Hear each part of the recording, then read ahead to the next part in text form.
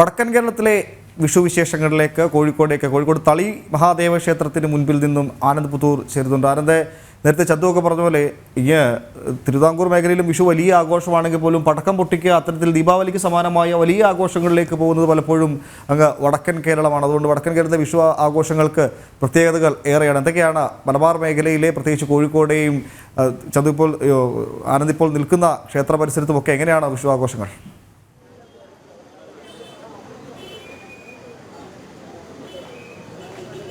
തീർച്ചയായും ഉമേഷ്, നമ്മളിപ്പോൾ നിൽക്കുന്നത് കോഴിക്കോട് തളി മഹാദേവ ക്ഷേത്രത്തിന് മുൻപിലാണ്. ഈ നേരത്തെ പറഞ്ഞ പോലെ തന്നെ മലബാറിലും വിഷുവിനെ സംബന്ധിച്ച് വരികയാണെങ്കിൽ പടക്കത്തിനുമാവട്ടെ സദ്യ ആവട്ടെ ആ തലത്തിൽ വലിയ തരത്തിൽ തന്നെയാണ് മലബാറിലെ ജനങ്ങളും വിഷു ആഘോഷിക്കുന്നത്. നമ്മളിപ്പോൾ നിൽക്കുന്നത് തളി ക്ഷേത്രത്തിന് മുമ്പിലാണ്. ഇവിടെ ഇന്നത്തെ വിഷുവിനോടനുബന്ധിച്ച് തന്നെ പുലർച്ചെ 3 മണിക്ക് ഈ ക്ഷേത്രത്തിനകത്ത് വിഷുക്കണി ഒരുക്കിയിരുന്നു. തുടർന്ന് 5 മണിക്ക് പ്രത്യക്ഷ ഗണപതി ഹോമം.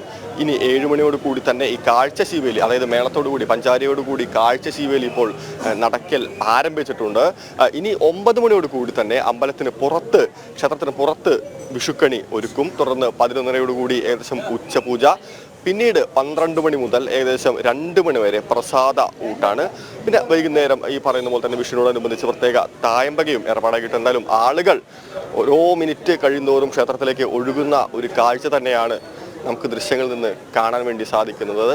വിഷുക്കണിയെല്ലാം വീട്ടിൽ ഒരുക്കി കണി കണ്ട് തളി മഹാദേവനെ തൊഴാൻ വരുന്ന ആളുകളുടെ തിരക്കാണ് നമുക്കിപ്പോൾ ഈ ദൃശ്യങ്ങളിൽ നിന്ന് കാണാൻ വേണ്ടി സാധിക്കുന്നത്. എന്തായാലും ഓരോ മിനിറ്റ് കഴിയുന്തോറും നീണ്ട ക്യൂ തന്നെയാണ് ഈ ക്ഷേത്രത്തിന് പുറത്തേക്ക്. ഏകദേശം ഈ 1/2 കിലോമീറ്ററോളം ക്ഷേത്രത്തിന് പുറത്തേക്ക് ഒരു ക്യൂ നീളുന്ന ഒരു കാഴ്ചയും നമുക്ക് കാണാൻ വേണ്ടി സാധിക്കുന്നുണ്ട്.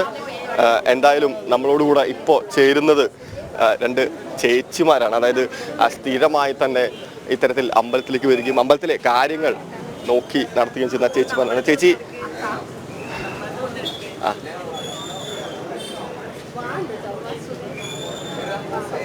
തീർച്ചയായും ഈ ദൃശ്യങ്ങളിൽ നിന്ന് കാണുന്ന പോലെ തന്നെ വളരെ തിരക്ക് പൊതുവെ ഉണ്ട്.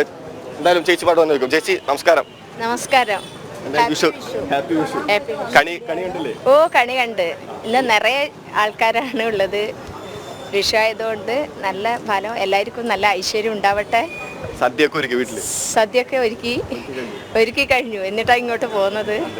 സാധാരണയേക്കാൾ കൂടുതൽ, അതായത് സാധാരണ വിഷുവിനേക്കാൾ കൂടുതൽ തിരക്കുണ്ട്. ഇത്തവണ നല്ല തിരക്കുണ്ടാവും. ഫുൾ എന്താ പറയാ, ക്യൂ തന്നെ കാണുന്നില്ലേ. അപ്പോൾ എല്ലാവർക്കും നല്ലൊരു വിഷു ആശംസിക്കുന്നു.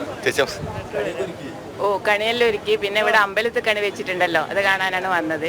പിന്നെ വിഷുവിന് നമുക്ക് ഉത്സവമായതുകൊണ്ട് അമ്പലത്തിൽ തന്നെ സദ്യയുണ്ട്. അപ്പോൾ വീട്ടിൽ ഉണ്ടാക്കേണ്ട പണിയില്ല. അടുത്തുള്ളവരെല്ലാം ഇവിടുന്ന് തന്നെയാണ് കഴിക്കുക അധികം. തീർച്ചയായും ഉമേഷ്, ഈ തളി മഹാദേവ ക്ഷേത്രം സംബന്ധിച്ചിടത്തോളം ഈ ഉത്സവത്തിന്റെ ഒരു കാലഘട്ടം കൂടിയാണ്. ഏകദേശം 10 ദിവസം നീണ്ടു നിൽക്കുന്ന ഉത്സവവും ഈ വിഷു കാലഘട്ടത്തിൽ തന്നെയാണ് വരുന്നത്. എന്തായാലും മലബാറിനെ സംബന്ധിച്ചിടത്തോളം വിഷു കളർഫുൾ തന്നെയാണ്. അത് പടക്കം പൊട്ടിക്കലാവട്ടെ, കണി കാണിക്കലാവട്ടെ, സദ്യ കാണിക്കലാവട്ടെ, ആ തലത്തിൽ എല്ലാ ആഘോഷങ്ങളെയും നെഞ്ചിലേറ്റുന്ന മലബാറുകാർക്ക് വിഷുവും അവരുടെ ഏറ്റവും പ്രധാനപ്പെട്ട ആഘോഷങ്ങളൊന്നും തന്നെയാണ്. ഉമേഷ്, നേരത്തെ ചന്ദ്രനോട് ചോദിച്ച പോലെ ആനന്ദും മോർണിംഗ് ഡ്യൂട്ടിയിൽ കയറിയതാണ്. അതുകൊണ്ട് വിഷുക്കണിയൊക്കെ കാണാൻ സാധിച്ചോ? നമ്മുടെ റീജിയണൽ ബ്യൂറോയിൽ വിഷുക്കണിയൊക്കെ ഒരുക്കിയിട്ടുണ്ടോ?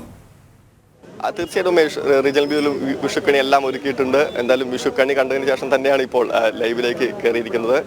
ഹാപ്പി വിഷു, എല്ലാ പ്രേക്ഷകർക്കും ഹാപ്പി വിഷു നേരുകയാണ്.